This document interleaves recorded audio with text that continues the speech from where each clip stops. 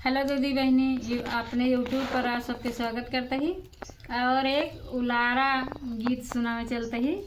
अच्छा लगे तो लाइक कमेंट शेयर करें, चैनल का हमारे सब्सक्राइब करें। द्वारे पे आवा बढ़ैया हो, पलना लई दे मैया। द्वारे पे आवा बढ़ैया हो, पलना लई दे मैया।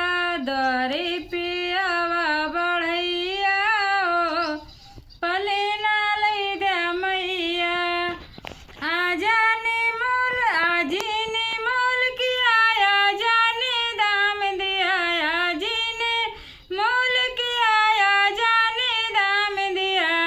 झूले कृष्ण कन्हैया हो, पलना लई दे मैया। झूले कृष्ण कन्हैया हो, पलना लई दे मैया। द्वारे पे आवा बढ़ैया हो, पलना लई दे मैया। द्वारे पे आवा बढ़ैया हो, पलना लई दे मैया।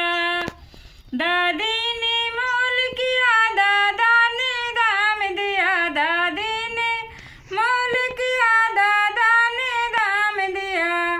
झूले कृष्ण कन्हैया हो, पलना लई दे मैया।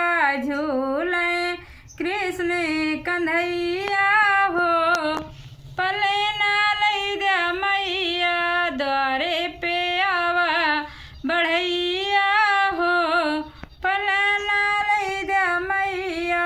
द्वारे पे आवा बढ़ैया हो, पलना लई दे मैया। अम्मा ने मोल किया, पापा ने दाम दिया। अम्मा ने मोल किया, पापा ने दाम दिया। झूले कृष्ण कन्हैया हो, पलना लई दे मैया। झूले कृष्ण कन्हैया हो, पलना लई दे मैया। द्वारे पे